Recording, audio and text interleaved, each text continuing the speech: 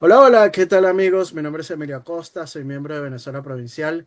El día de hoy tenemos el honor de entrevistar a Luis Alfonso Herrera Orellana, quien es un académico investigador en la Facultad de Derecho de la Universidad Santo Tomás, en Chile, profesor de Derecho Administrativo y de Derecho Constitucional en universidades de Venezuela y Chile, autor de libros y de artículos académicos, algunos dedicados al estudio de la tradición jurídica hispánica y sus aportes a la libertad. Y el día de hoy estaremos charlando sobre propiedad privada. ¿Se reconoció en el derecho indiano? Un cliché historiográfico muy común es la afirmación del que el rey de España y las Indias poseía la propiedad de las minas y otros bienes en Hispanoamérica, causando pobreza, algo que es totalmente falso. La minería, hay que recordarlo, era privada con concesiones perpetuas vendibles y heredables, ¿no?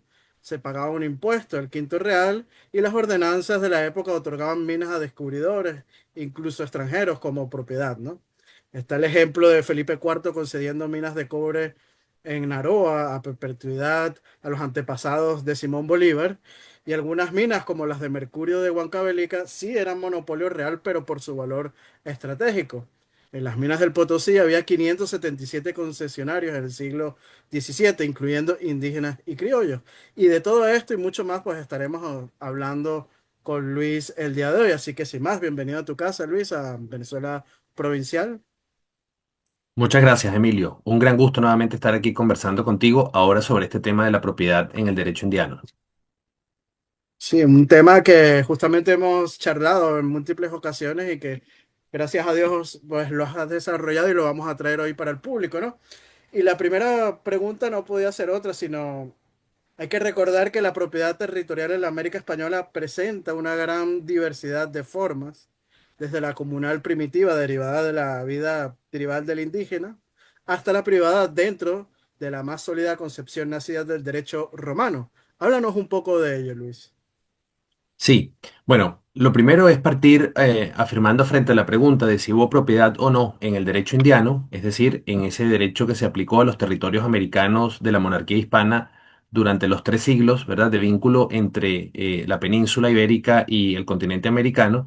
Sí, efectivamente hubo propiedad, reconocimiento jurídico de la propiedad sobre distintos tipos de bienes, solo que no una propiedad en sentido moderna. Es decir, existió propiedad privada, como nosotros la denominamos, digamos de los siglos XIX, XVIII, XIX en adelante, pero con unas características diferentes y que no podemos comprender desde nuestras coordenadas actuales o desde la, digamos, visión moderna, que básicamente apunta hacia una perspectiva individualista, es decir, individual de la propiedad.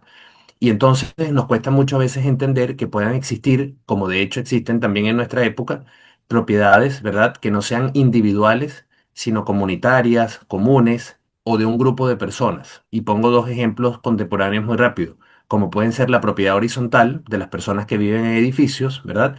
O la propiedad de quienes heredan, ¿verdad?, una determinada masa patrimonial. Es decir, los herederos de una sucesión durante un periodo al menos, son propietarios comunes de esa masa de bienes.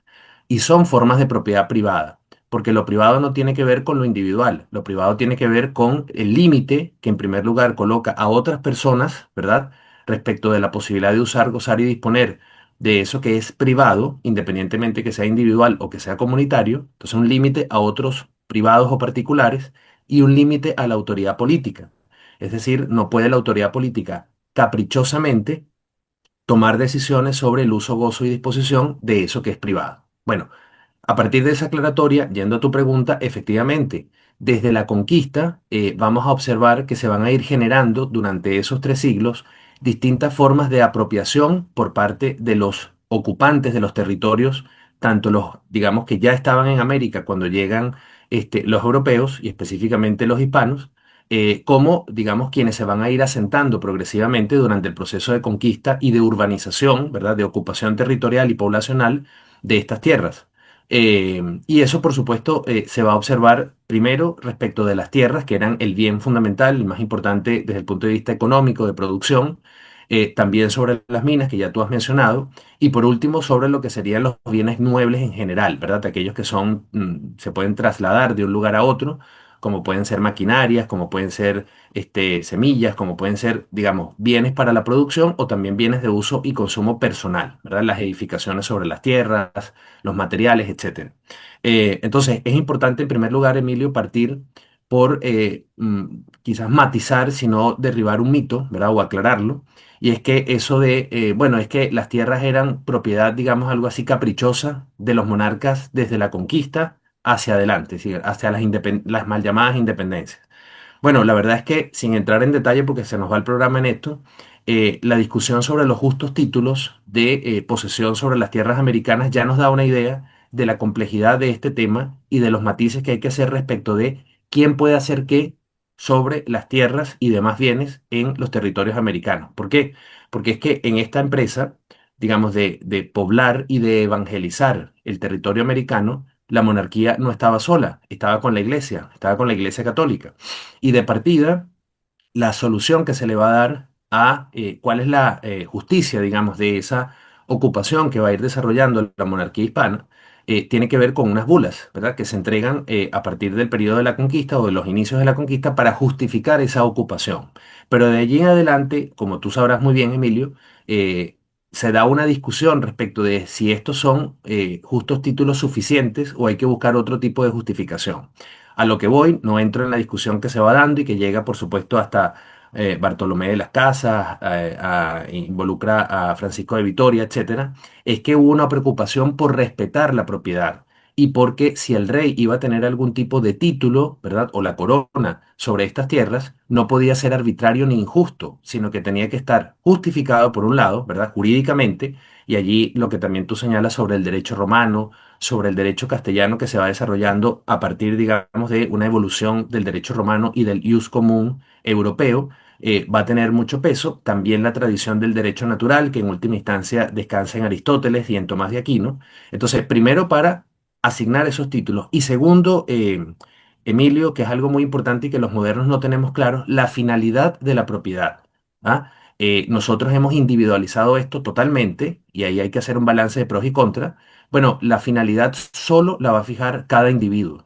Estamos en un momento histórico, en los siglos XVI, XVII, en donde esto no está considerado, no está contemplado, y por lo tanto el individuo tiene un margen de autonomía, o los titulares, vamos a llamarlo así, tienen un margen de autonomía, pero el derecho aplicable también te da ciertos fines. Y en ese sentido es relevante, ¿por qué? Porque nos vamos a encontrar con una distinción que es absolutamente desconocida en general para los tiempos actuales, que es la distinción, y que va a aparecer en esas discusiones, entre el dominio eminente, digamos lo que sería el derecho regio o el dominio regio real, y el dominio útil, y la forma en que se va a desarrollar la conquista en el territorio americano y el otorgamiento de derechos de propiedad, sobre todo sobre bienes inmuebles, como las tierras y las minas, es a partir de esta distinción, en donde en realidad quienes son propietarios son los que ejercen el dominio útil, es decir, quienes usan, gozan y disfrutan o disponen dentro de ciertas limitaciones y sujetos a ciertas obligaciones de esos bienes. De manera que si uno va a las fuentes, tanto normativas como doctrinarias sobre esta discusión, se va a encontrar inmediatamente lo que tú señalas. Propiedades indígenas en protección de los derechos de los habitantes originarios, propiedades donde el titular es la corona, pero que no la ejerce directamente. Es imposible en términos físicos y por lo tanto a través de distintos mecanismos como Mercedes, inicialmente las mismas capitulaciones, pero otros más, reales cédulas, se va a otorgar ese dominio útil, ¿verdad?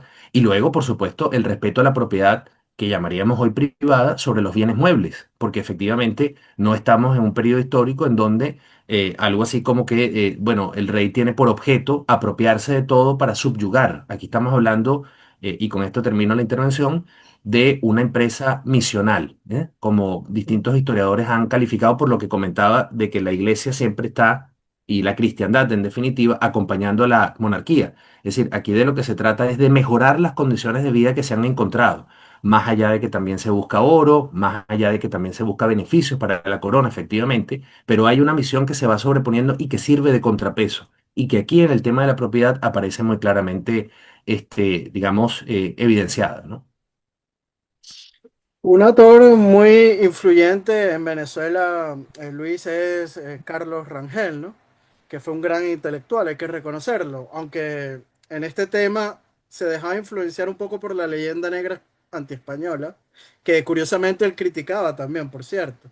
Pero en el caso de la propiedad, él dice que Venezuela heredó un sistema español donde el Estado es el dueño de las minas y las riquezas del subsuelo y por eso el petróleo en Venezuela pertenece al Estado. Caso contrario de los Estados Unidos, donde la propiedad del subsuelo es del dueño de la tierra. ¿Esto es un mito o una realidad? ¿Tú qué opinas, Luis? Bueno, esa afirmación de Carlos Rangel, también de alguna manera, por ejemplo, está presente en este texto del historiador Niall Ferguson, muy famoso inglés, ¿verdad? Que se llama Civilización, Occidente y el resto. Me voy a permitir leer un pedacito, ¿no? De la página 161. Dice, la colonización británica en general produjo mejores resultados económicos que la española o la portuguesa, allí donde se intentó. No hay ninguna prueba perfecta para validar esta proposición dado que no ha habido dos colonias exactamente iguales. Parte ahí Ferguson, además de afirmar algo que es muy debatible, ¿verdad? Que es que los dos procesos fueron de colonia, ¿no? De colonización, cuando, digamos, hay bastante evidencia que en el caso hispanoamericano no lo fue. Pero Arizona es más rica que México, está hablando en tiempo presente, y Hong Kong es más rico que Manila.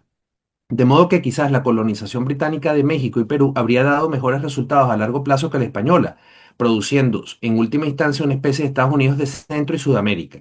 Y quizás la colonización española de Norteamérica habría dejado aquella región relativamente empobrecida, a la vez que dividida en repúblicas enfrentadas, múltiples estados-nación en permanente conflicto. Y lo mismo en este tema.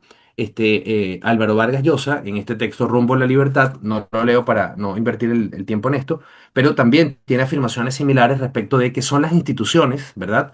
Las que en definitiva, y los planes, de alguna manera, los que en definitiva una corona y otra llevan al continente o traen al continente americano y que por lo tanto condicionan ese resultado. Bueno, aquí lo primero que yo invitaría a las personas es que siempre que consulten estos textos revisen las fuentes en que los autores se basan. Y van a encontrar, esto no es algo absoluto, pero van a encontrar, Emilio, que la mayoría de las fuentes, en el caso de Rangel, en el caso de Álvaro Vargas Llosa y en el caso de Ferguson, son angloparlantes, ¿verdad? O son germanas. Y rara vez van a encontrar en ella fuentes escritas en español, escritas en francés, ¿verdad? O incluso dentro de estas lenguas angloparlantes o germanas, autores que tienen una posición disidente respecto de los que ven solamente atraso, abuso y empobrecimiento al analizar el periodo de los 3 siglos del derecho indiano o del periodo virreinal. ¿M?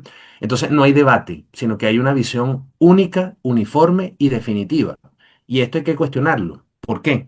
Porque estos autores, por ejemplo, no toman en cuenta, primero, si vamos a ese momento histórico, la distinción que yo señalaba y que es la única, Emilio, tú en otros programas esto lo has abordado, que nos puede explicar esta distinción entre dominio eminente o regio y dominio útil, la que nos puede explicar cómo es que, por ejemplo, Nueva España, ¿verdad? El virreinato de Nueva España llega a tener la prosperidad económica que está suficientemente documentada, ¿verdad? En el siglo XVIII.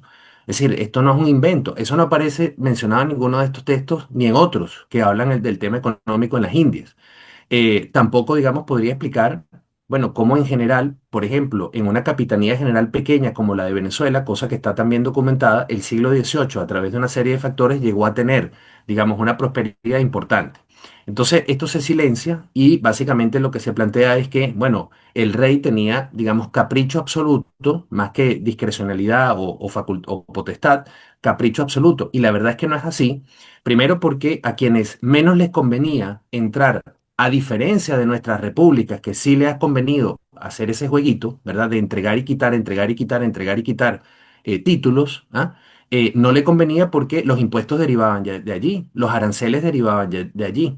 Otra discusión es si en ese momento histórico los montos de los tributos, los aranceles que se fijaban, etcétera, fueron eficientes o no. Esa es otra discusión. Ahora, desde el punto de vista de la prueba de la propiedad, ¿cómo, digamos, afirmar que no existe propiedad, pero sí existen aranceles e impuestos? Presuponen la existencia de derechos de propiedad, presuponen la existencia de cierta libertad económica y presuponen también incluso que haya comercio exterior, porque de otro modo, pues no se puede entender que estas medidas para financiar gastos de la corona existieran.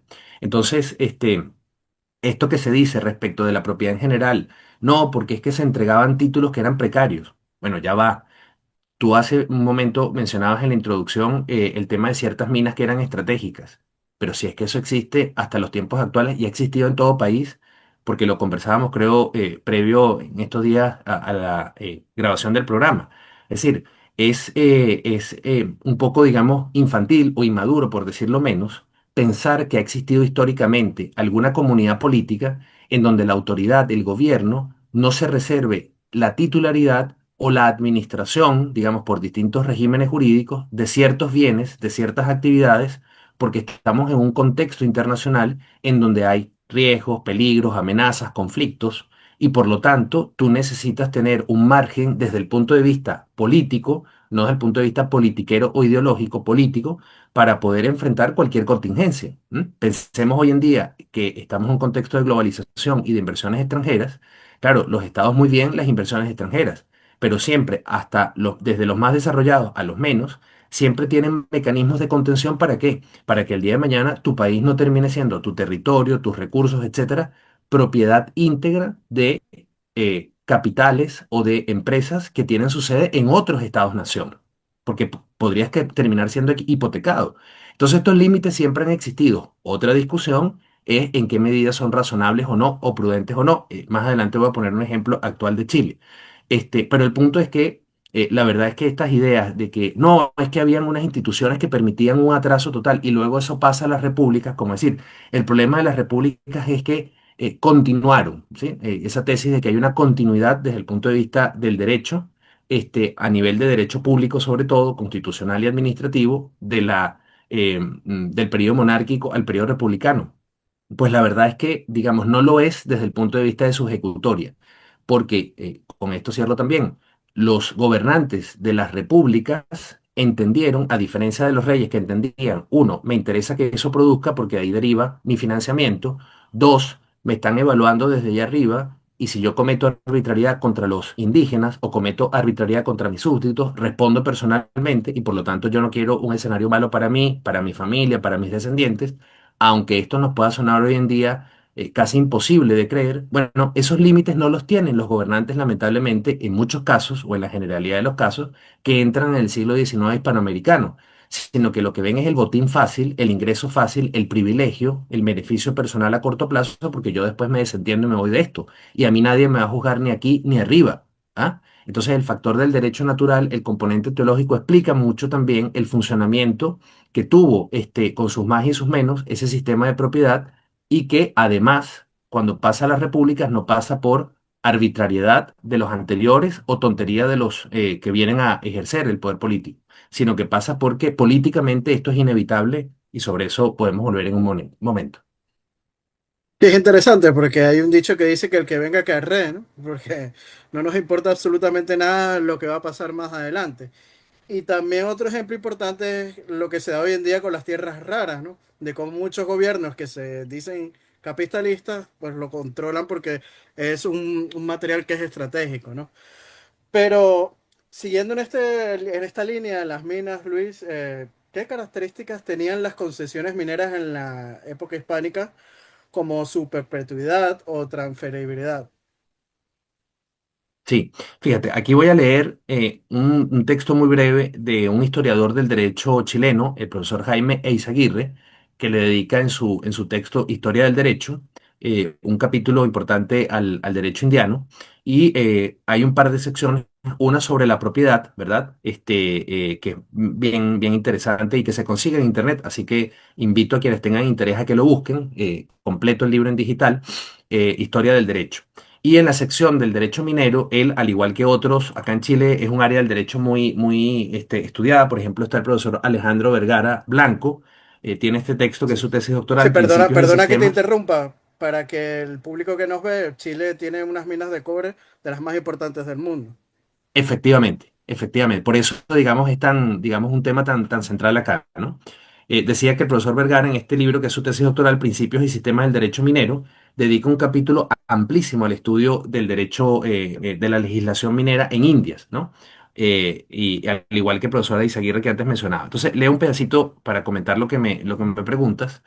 de este texto de Izaguirre. Ellos ambos hacen primero una enumeración de la cantidad de legislación, ordenanzas principalmente, ¿verdad?, que se fueron dictando durante esos 3 siglos. Pero lo central sería lo siguiente, ¿no? Que me parece para quienes nos escuchen tener presente. De acuerdo con la doctrina vigente, tanto en la legislación minera de Indias como en la castellana, la corona tenía el dominio eminente de las minas, que eran concedidas en propiedad a los particulares bajo la condición de pagar a la Real Hacienda determinadas contribuciones y de labrar la mina. En caso de no cumplirse estas obligaciones, caducaba la concesión y podía otorgarse la mina a otra persona que la denunciara por alguna de esas circunstancias. ¿De qué estamos hablando aquí, Emilio? Bueno, de algo que utilizan prácticamente todos los gobiernos en cualquier parte del mundo, que son las concesiones. ¿Ah? Las concesiones no son instrumentos para desconocer los derechos de propiedad, las concesiones no son mecanismos para establecer autoritarismo, es decir, son mecanismos más bien inteligentes y que, por cierto, tienen sus antecedentes en el derecho romano. ¿Por qué? Porque pareciera que los antiguos y los medievales tenían más claro la necesidad de que las autoridades políticas trabajaran con los privados, los que hoy en día llamaríamos empresarios, ¿verdad? De forma, digamos, más bien en sinergia, es decir, la colaboración público-privada de la que hoy en día tanto se habla. Y no más bien que estuvieran en una posición como lamentablemente cierta perspectiva del pensamiento político y jurídico moderno plantea, que tenemos que estar en conflicto, el individuo contra el Estado, el individuo tiene que ir de alguna manera, a veces contra la comunidad, porque si no, no se salva. Es decir, esta guerra a muerte que se plantea, la verdad es que es muy, ha sido, más bien en muchos países, muy negativa. Y si vamos, por ejemplo, a partir de esto que dice Eizaguirre, a lo que es este famoso decreto de Simón Bolívar, ¿no? Que se titula, entiendo, sobre conservación y propiedad de las minas contra cualquier ataque, contra la facilidad de perturbarla o perderla. Bueno, el artículo primero de ese decreto dice, conforme a las leyes, las minas de cualquier clase corresponden a la República, cuyo gobierno las concede en propiedad y posesión a los ciudadanos que los pidan, bajo las condiciones expresadas en las leyes y ordenanzas de minas y con las demás que contiene este decreto. ¿Cuál es la regla general en materia de concesiones o de este tipo de propiedad, verdad? A, fíjate bien, no sería sobre el bien en particular, por ejemplo, sobre el yacimiento, sino la propiedad es sobre el derecho exclusivo a aprovechar este yacimiento. No puede otro hacerlo, sino que se me ha autorizado o adjudicado es a mí como concesionario. Bueno, en la medida en que usted cumpla con los objetivos pactados o definidos en la legislación, ese título se mantiene y solamente se va a revocar o se va a extinguir en la medida en que haya un incumplimiento. ¿Por qué esa exigencia, Emilio? Bueno, porque se entiende que por las características de los yacimientos en general, las minas y quizás otro tipo de bienes, su aprovechamiento, más allá de beneficiar al titular, ¿verdad? Es una oportunidad para que se beneficie la comunidad en conjunto. Y en ese sentido, el nivel de producción, el proceso productivo, el impacto que va a tener en el entorno, etcétera, son temas relevantes. Que eso se trate bien en unos países y mal en otros es otro asunto. Pero lo que no se puede desconocer o simplificar es, no, eso tiene que ser de apropiación privada y nadie más tiene que tener palabra en eso, porque así no funciona el mundo. Alguien puede decir, tú lo comentabas, no, en Estados Unidos la diferencia es que eso siempre ha sido propiedad privada. Claro, pero los estadounidenses no son estúpidos y entonces ellos inventaron algo a finales del siglo XIX y lo han ido desarrollando y perfeccionando en el XX que se llama regulación. Eso no existía en el derecho europeo continental e hispanoamericano, existía era la legislación, pero la regulación, ¿verdad? Que es como una combinación entre las leyes, pero sobre todo es normativa que dicta la administración pública. Bueno, a través de la regulación, los estadounidenses inciden, el gobierno federal fundamentalmente, ¿verdad? Y el Congreso, incide en el aprovechamiento o ejercicio de los derechos de propiedad. Y ustedes habrán leído noticias, seguramente también tú, Emilio, que a veces se plantea, bueno, ¿por qué Estados Unidos no es exportador? ¿Por qué Estados Unidos solamente genera, digamos, para consumo interno y acumula? Y entonces uno dice, bueno, pero ¿será que los propietarios han dicho, no, nosotros no vamos a exportar porque más importante es acumular e invertir aquí y no vamos a estar buscando más ganancias porque eso no nos interesa? ¿O será que es que quisieran algunos hacerlos o todos, pero hay regulaciones que los prohíben? Bueno, en efecto, hay legislación vigente en los Estados Unidos que establece restricciones. Y uno puede decir, bueno, pero allí no le están eliminando parte del derecho a disponer. El derecho a disponer es que tú puedes hipotecar, puedes vender, puedes alquilar lo que es tuyo. No te pueden establecer límites respecto de ese uso. Ah, pero resulta que en el caso de Estados Unidos y seguramente otros países también hay limitaciones a la disposición. Bueno, precisamente porque no son cualquier tipo de bienes. De modo que esto no es nada nuevo, es decir, y no es nada inusual. El problema son, repito, las maneras o los fines con que las autoridades políticas de cada país utilizan estos instrumentos.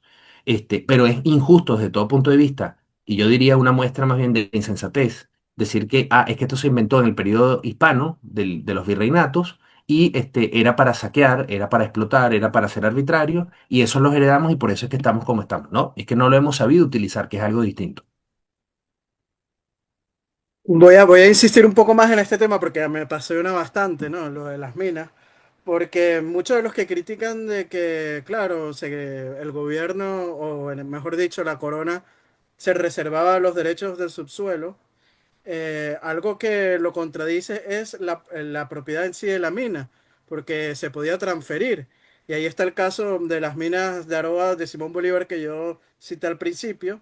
Esas minas se las heredó la familia Bolívar y en el siglo XIX Simón Bolívar dispuso de ellas, e inclusive es él quien la vende a una compañía inglesa que se va a llamar The Bolívar Mining Association, ¿no? O sea, y después se venderá la Philip Robert y habrá otras compañías.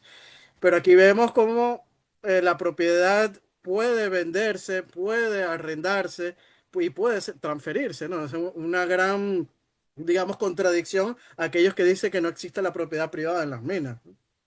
Efectivamente, esa es otra evidencia, junto a las que comentaba la existencia de impuestos, la existencia de aranceles, el derecho de sucesión, ¿verdad? Las herencias.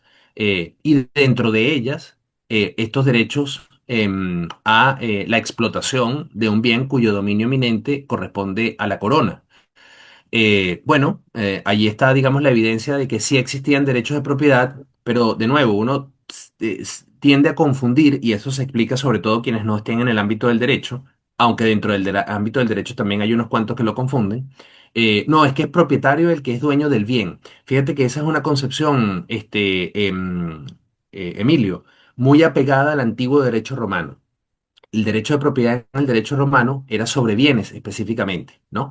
Y el vínculo, digamos, más bien subjetivo, es decir, el elemento de la titularidad era como secundario, es decir, el bien tenía en sí mismo un valor muy importante dentro de lo que era el tráfico comercial en la antigua Roma, ¿no? Donde se forma, digamos, inicialmente este concepto jurídico. Pero claro, durante el paso del tiempo, sobre todo en la Edad Media, que va a tener el comercio, los intercambios, un florecimiento en distintos momentos muy importantes, se van a dar los primeros mercados relevantes, digamos, entre comunidades, entre culturas, era necesario flexibilizarlo, ¿verdad? Y en ese sentido, pasa, eso lo explica muy bien otro profesor chileno que recomiendo consulten porque tiene trabajos en línea, Julio Alvear. Él analiza mucho, digamos, el contraste entre la propiedad clásica, ¿ah? Y la propiedad moderna. Y justamente él dice, bueno, lo que se va a lograr en esa evolución antes del derecho de la Revolución Francesa, del derecho, digamos, ya todo grandilocuente de las grandes declaraciones de derechos del siglo XVIII-XIX, más bien es un derecho que combina ese elemento objetivo, que sigue, digamos, estando las formalidades para adquirir, transmitir, por ejemplo, suceder, ¿no? Eso es todo del derecho romano, las formalidades y lo que es la protección del bien en sí, pero pasa a estar el elemento subjetivo, ¿verdad? El elemento del titular pasa a ser muy relevante. Y en el caso de las concesiones vemos, ¿verdad? Más bien cómo la monarquía utilizó ese desarrollo del derecho de propiedad para crear un derecho de propiedad al aprovechamiento, ¿m? No a la titularidad del bien, que al final no es que poco importa, pero la verdad es que la titularidad lo que hace es más bien repartir un poco las responsabilidades respecto de cómo, digamos, conservarlo, cómo lograr el mejor rendimiento en ese aprovechamiento. Pero todo el margen de autonomía para definir cómo lograr la meta, que es lo propio de una concesión, queda entregado al particular. Y de vuelta. El asunto de, bueno, pero es que se podían perder, no era una propiedad, digamos, como decir, de una entregada de una vez y para Bueno, siempre. los, los antepasados de Bolívar no aprovecharon mucho esa mina y la siguieron teniendo en propiedad, ¿eh?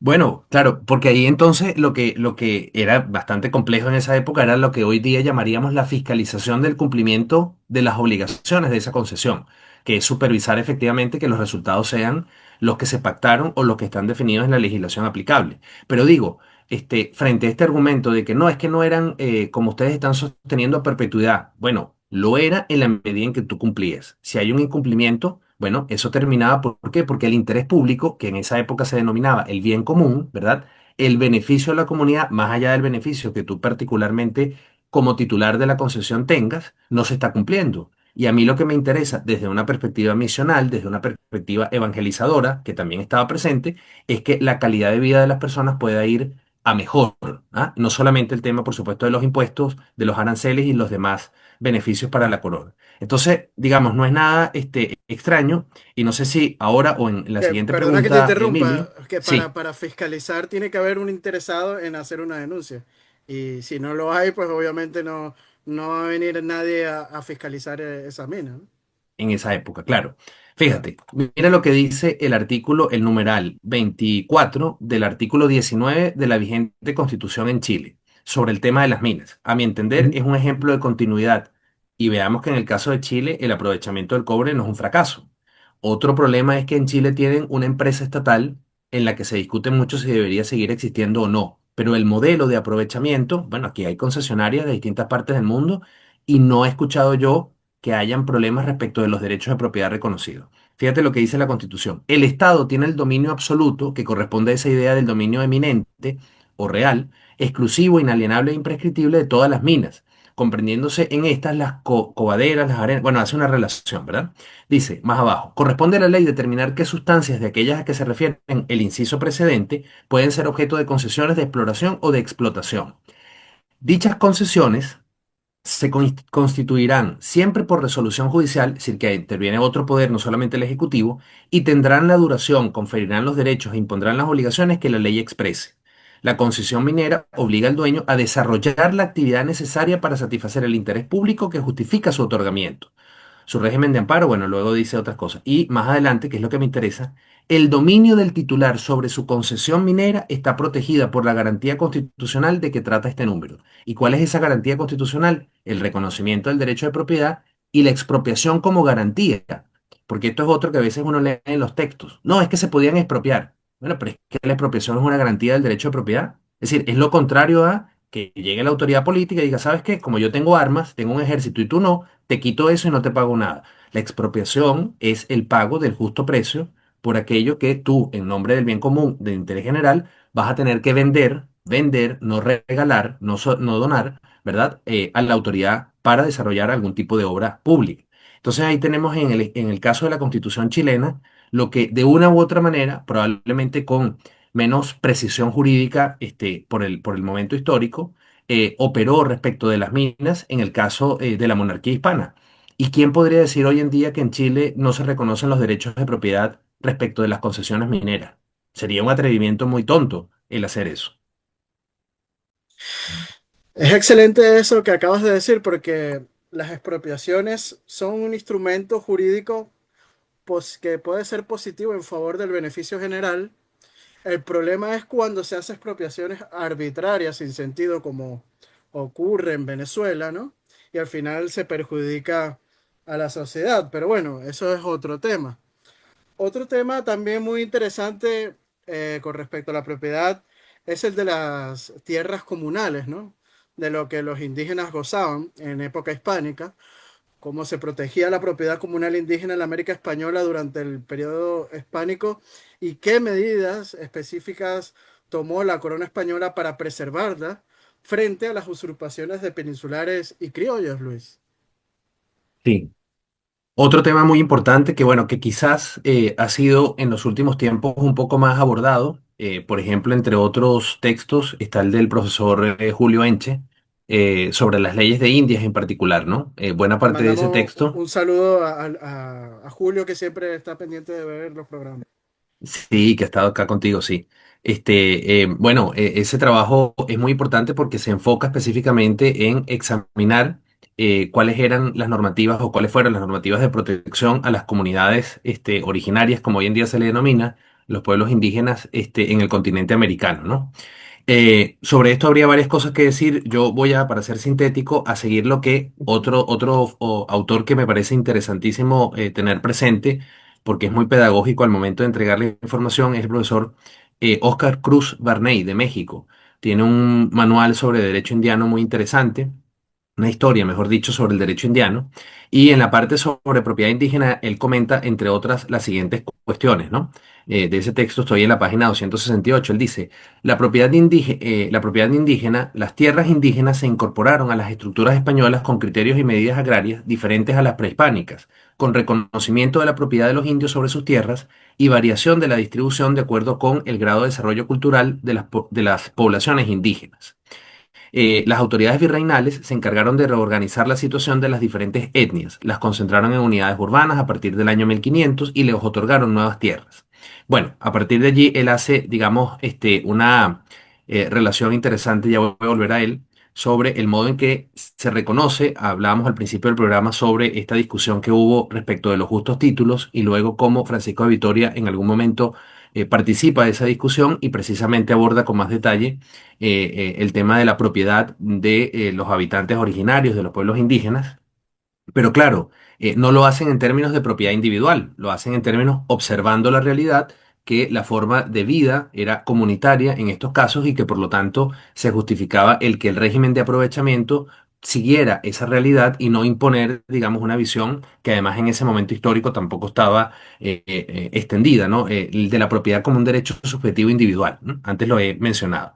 Entonces, se establecen regímenes con qué propósito, en la medida en que, digamos, primero para permitir en la medida de lo posible que la forma de aprovechamiento se mantenga conforme a lo que eran las tradiciones de estas poblaciones, en tanto y en cuanto no entraran en contradicción con lo que sería el derecho común, que es ese derecho castellano inicialmente, y luego la fusión del derecho castellano con el derecho que se va a generar a partir, por supuesto, de las audiencias, de los cabildos, etcétera, es decir, de las autoridades ya americanas de la monarquía hispana para resolver controversias o situaciones específicas en el continente. Pero para mantener, digamos, la posibilidad o la autonomía de que esto ocurra. Por supuesto que estamos hablando de un momento histórico y de una empresa, ¿verdad? De encuentro de dos culturas en un momento determinado que costó mucho poder afinar. Y en ese sentido, pues en el camino, todas estas distintas reformas que se van dando y que luego dan lugar a las leyes de Indias en lo que tiene que ver con la propiedad de los pueblos indígenas, va a ir adaptándose. ¿Por qué? Porque eso tuvo también mucho el derecho indiano y que pareciera no se le reconoce o no lo tenemos muy en cuenta. Era un derecho que se preocupó por los resultados que entregaba. Es decir, o las personas responsables de generarlo no es que lo dictaban y se olvidaban, sino que evaluaban, funciona, no funciona, y hacían reformas, hacían modificaciones. Y en ese sentido se fue adaptando para, primero, cumplir con esta, digamos, finalidad de que tuvieran la autonomía para aprovecharlo, y en segundo lugar, para evitar que, evidentemente, por el potencial, la riqueza, digamos, los atractivos que esas tierras que ocupaban estos pueblos originarios, tenían. eh, Haciendo aquí un inciso, no todos en el proceso de conquista estuvieron de acuerdo con reconocer los derechos de propiedad de los pueblos originarios. Eso fue un debate importante. Las demás posturas, bueno, afirmaban que eran incapaces para poder ponerlas a producir, que eran personas que no tenían, dada su falta de fe en la cristiandad, digamos, en su pertenencia a la cristiandad, la orientación correcta y en ese sentido debían ser protegidos, tutelados, dirigidos. Y claro, ese debate, digamos que podía encubrir en algunas cosas sencillamente el interés por tomar esas tierras y despojar a los indígenas. Finalmente no fue la que prevaleció, y aquí quiero ser muy enfático, a nivel de derecho positivo, que es lo que importa tener presente. Es decir, trascendió del plano doctrinal al plano de la legislación. Desde el punto de vista de la eficacia, bueno, el profesor Enche ha sido muy enfático en eso, que siempre el tema de la eficacia del derecho es algo discutible, pero que en general, de nuevo, y allí es importante tener presente, eso cambia, tú lo manejas mejor que yo, Emilio, de un territorio, me estoy hablando desde norte de América hasta la Patagonia, cambia según el momento histórico, según las características de las poblaciones nativas, etcétera, pero el periodo de paz, que es algo que también hay que reconocer, es decir, la paz que se fue logrando tuvo que ver mucho con, primero, el reconocimiento de los derechos de propiedad en serio, ¿verdad? El no invadir, y esa era la segunda finalidad, que no se los quitaran arbitrariamente otros privados, ya no la corona, sino otros privados que interactuaban con esas comunidades, ¿verdad? Entonces tuvo que ver con el reconocimiento de derechos de propiedad y también con el reconocimiento de responsabilidades de gobierno, que eso es otra cosa que a veces se emite. No, es que todo se decidía en la península. Mire, no era así respecto de los criollos Bueno, o respecto, digamos, sí. perdona que te interrumpa, por eso viene la expresión de sacata, pero no se cumple, porque muchas veces se enviaban leyes desde la península, pero cuando llegaban a América veían que no era posible implementarlas, no porque le diera la gana, sino porque no iba a resultar y no, y se devuelven a la península para su mejora, no para que no se cumpla, ¿no? Ojo. Efectivamente, efectivamente. Ahí hay una evidencia, digamos, del interés o de la importancia que se le dio a la eficacia. Que no era un asunto simplemente de, mira, vamos a hacer para que dentro de 2 siglos digan que nosotros éramos buenos, vamos a poner esto aquí y después lo incumplimos. Sino que es que había realmente una preocupación, ¿verdad? En la que eran distintos los factores que convergían porque aquello funcionara. Entonces, volviendo al tema de la paz, está ese reconocimiento de los derechos de propiedad y luego las responsabilidades de gobierno al interior de esas comunidades o territorios respecto de los cuales se ejercían esos derechos de propiedad. Creo que en programas anteriores hemos mencionado, en el caso, por ejemplo, del sur de América, los parlamentos mapuches que se fueron generando, ¿verdad? O con los araucanos, que se fueron generando precisamente para asegurar la convivencia. Bueno, sin derechos de propiedad esto no hubiese sido posible, ¿no? Y otra cosa que quería añadir muy puntual, que comenta el profesor Cruz Barney en este mismo libro, Historia del Derecho Indiano, dice más abajo lo siguiente. eh, Acá. Por su parte, la propiedad privada indígena subsistió, aquí estamos hablando ya siglo XVI hacia el XVII, mejor dicho, del XVII hacia el XVIII, y la corona la protegió al prohibir que se vendiera a cambio de cuentas de vidrio esa propiedad privada y cosas semejantes de poco valor, sino a precios justos. Algunos caciques cometieron fraude sin cesar en la venta de tierras comunales, lo que volvió rígidos los procedimientos de venta de tierras de indios en 1571, ya que se exigió autorización para ello. Y hace, digamos, una serie ahí de consideraciones sobre el valor que tenían y cuáles fueron como las condiciones para esa transferencia de titularidad. Eso es un punto muy importante también, porque sabemos que en Hispanoamérica del siglo XX, quizás en adelante, se ha intentado mucho esto de la reforma agraria. Entonces existe como un mito de de que las personas sean todos propietarios, digamos, productivos, campesinos, inversionistas, y la verdad es que eso es una vocación, es decir, la función empresarial es algo que no está democráticamente distribuido. Eso, algunas personas tienen aptitudes para ello o no. Y por eso en general ha fracasado, porque responde a un diseño de planificación central en última instancia, ¿no? De arriba hacia abajo hay que organizar la sociedad. Eso no estaba presente en este tiempo y de allí la flexibilidad. Claro, en el caso de las comunidades indígenas y esta propiedad comunal, planteaban un problema que es que a diferencia de lo que a través de capitulaciones, mercedes, reales cédulas, tú le podías imponer a digamos, el súbdito que no era parte de la comunidad indígena, sino que era súbdito, digamos, descendiente de peninsulares, no se lo podías imponer a ellos por el régimen de autonomía que tenía. Y allí se daban dificultades respecto de que estas personas de pronto, dentro del esquema productivo que se quería desarrollar, de tierras y otro tipo de bienes inmuebles, no estaban dentro de su concepción, que era otra. Entonces son choques interesantes más bien de estudiar y ver cómo allí no prevaleció, que quizás en la otra conquista si hubiese prevalecido, mira, con esta gente no hay asunto, no hay cuestión, hay que quitarles esto porque se están desaprovechando, vamos a avasallarlos y sencillamente ponemos esto a Sí, producir. Esa no fue la como opción, pasó en Norteamérica, por ejemplo. efectivamente, y como luego pasó en las repúblicas, Ujú. Que en el por supuesto cierto, reino de la libertad, igualdad y fraternidad. Que por cierto, la próxima pregunta que te quería hacer era sobre eso, ¿no? Y quería preguntarte qué impacto tuvo la transición a la república en la propiedad comunal indígena y cómo la abolición de las comunidades indígenas en 1821 afectó a la distribución de tierras, por ejemplo, en Venezuela. Sí, bueno, esto es uno digamos, ejemplos de cómo lamentablemente esa transición, por la forma en que se dio, de manera violenta, absolutamente, podría decirse, irreflexiva respecto de lo que iba a venir después, por una cuestión bastante coyuntural en gran medida, uno de los ejemplos que muestran cómo esa transición no se hizo adecuadamente y cómo a diferencia de otros países, digamos, en el caso, por ejemplo, del norte de América, fueron más inteligentes allí sí de mantener lo que les beneficiaba. Entonces, una institución, llamémosla así, el de la propiedad indígena, que generaba, digamos, buenos resultados desde el punto de vista de la paz, desde el punto de vista del respeto a la dignidad de la persona, y que de repente sí que había que mejorar y sí que había que de alguna manera buscar integrar de modo que ya en una sociedad moderna, en donde no son criterios teológicos, sino más bien laicos, ¿verdad? O seglares, los que terminan definiendo las relaciones políticas o las relaciones públicas, no fueran como guetos, no fueran a quedarse así como al margen, ¿verdad? Sin duda, ahí seguramente habían desafíos que atender, pero no primero a partir del expolio. Mira, como estas personas ni saben dónde están paradas, vamos a quitarles eso de una vez y ya, desde visiones más bien a veces hasta racistas, ¿verdad? O visiones entre comillas ilustradas que encubrían formas de racismo. Estas personas no son iguales, y por lo tanto, bueno, hay que decidir en lugar de ellas. Por supuesto, eso trae aparejado pobreza, marginación, la instalación de la idea de que hay ciudadanos de primera y ciudadanos de segunda. Se habla mucho de las supuestas castas, ¿no? En el programa anterior algo mencionamos de esto. Y justamente no corresponde, digamos, ¿no? Comparar una situación con la otra.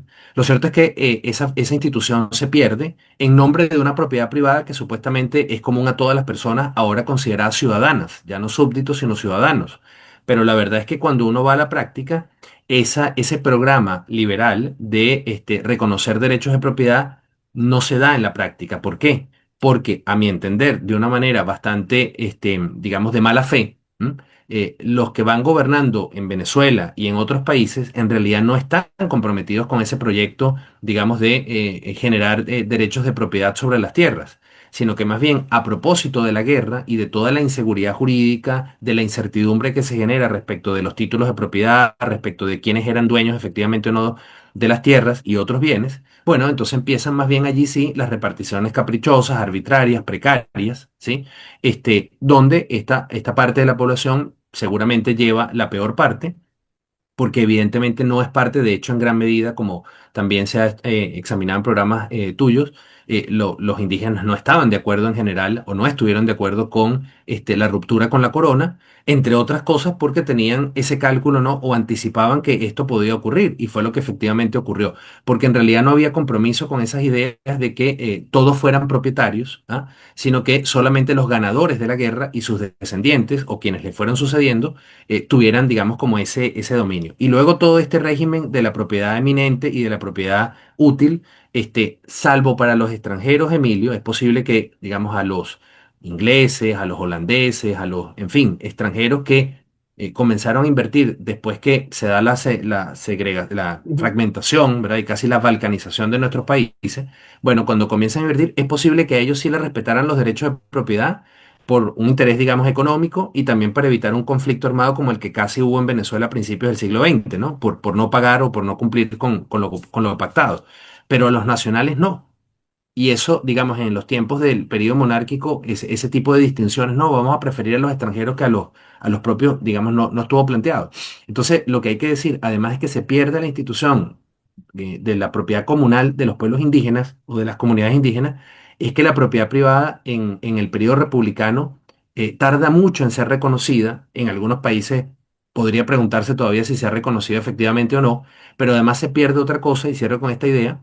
Este, que es que en el periodo monárquico, cuando el rey o la corona o las autoridades reales hacían ejercicio de estas potestades de revocar una concesión, de expropiar, o en definitiva, digamos, de afectar el derecho de propiedad, existían vías para reclamar contra eso. ¿Ah? Y en algunos casos las vías eran efectivas, o se dieron, quiero decir, eran efectivas y lo que lo prueba es que en algunos casos ganaron los reclamantes. No es que siempre ganaba la autoridad real. ¿Ah?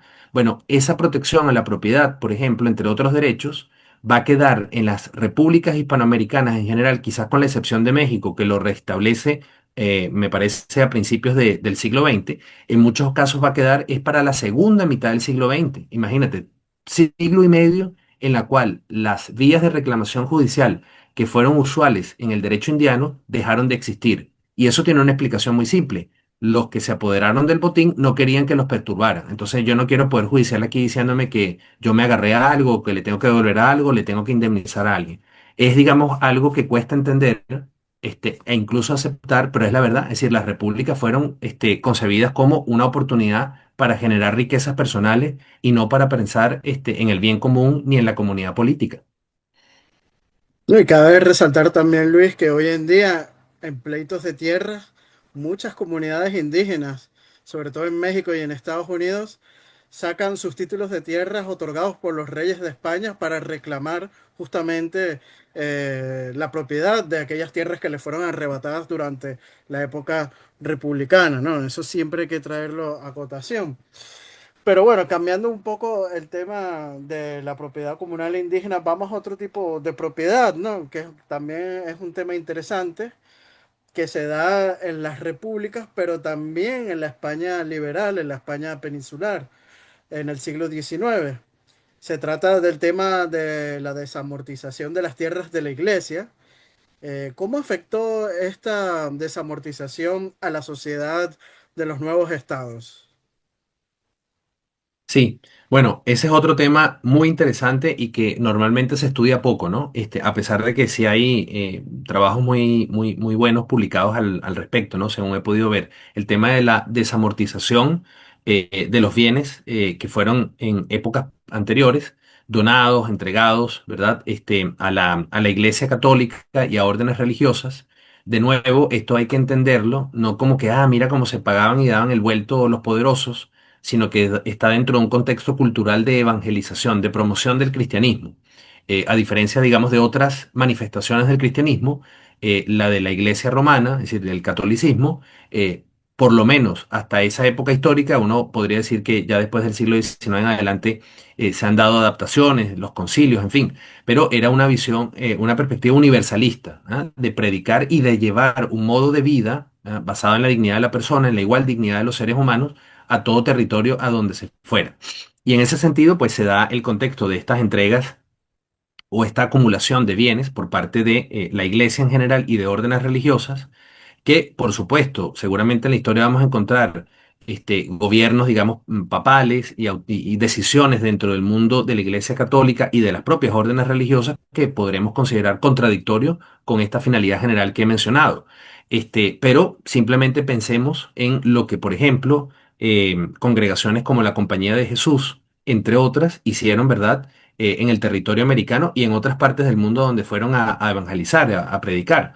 Es decir, había una combinación de acción en el verbo, pero también desde el punto de vista de obras, de participar en todo lo que era ese proceso de urbanización, de generación de instancias para lo que hoy llamaríamos servicios educativos, servicios de salud, todo lo que fue el tema de las traducciones, ¿verdad? De preservar esas lenguas originarias de las comunidades indígenas, en fin.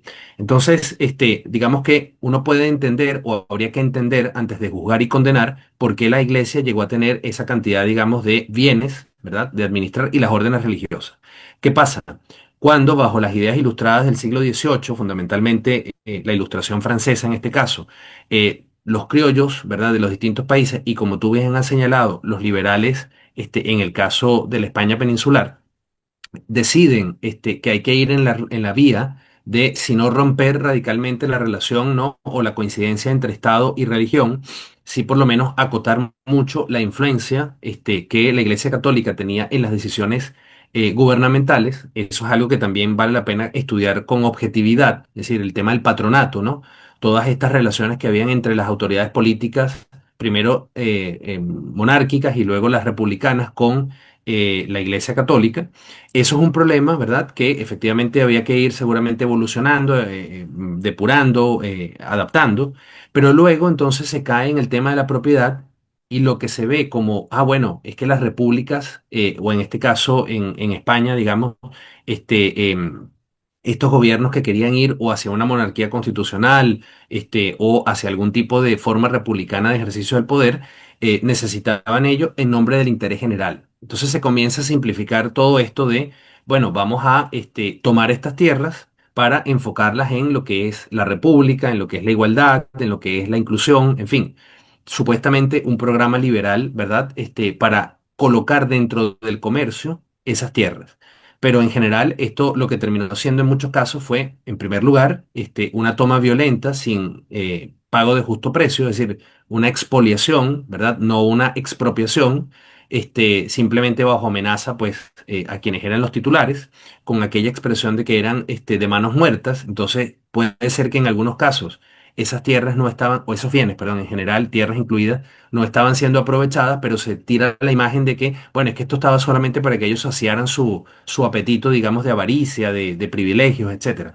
La verdad es que en muchos casos, o no en todos los casos fue así, pero se adquieren, pero no se reparten. ¿Ah? Es decir, no es que la promesa era, mira, vamos a adquirir esto para distribuirlo, para ponerlo a producir, para que Y se genere crean nuevos riqueza. terratenientes y se da mucho, sobre todo en el sur de la península, en la región de Andalucía y Extremadura.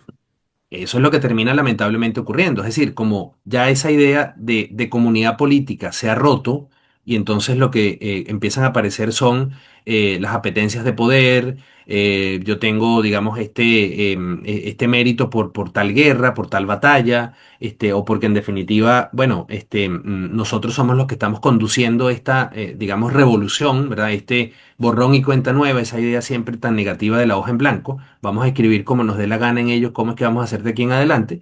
Bueno, entonces se empiezan a adjudicar todos esos privilegios. Y la verdad es que lo que terminan es dándose relaciones de poder a partir de los derechos de propiedad que se autoadjudican o que se adjudican a amigos. Que explican en gran medida pues los problemas que luego tanto en España como en Hispanoamérica vamos a tener hasta el presente, pero son problemas que generan las repúblicas. Es lo que habría que tener presente. Y ojo, no porque necesariamente yo esté diciendo acá, no lo estoy diciendo, es que el derecho anterior era mejor al derecho que vino después. Ambos tienen sus aspectos, digamos, favorables y desfavorables. El asunto es la finalidad con que tú lo vayas a utilizar en última instancia.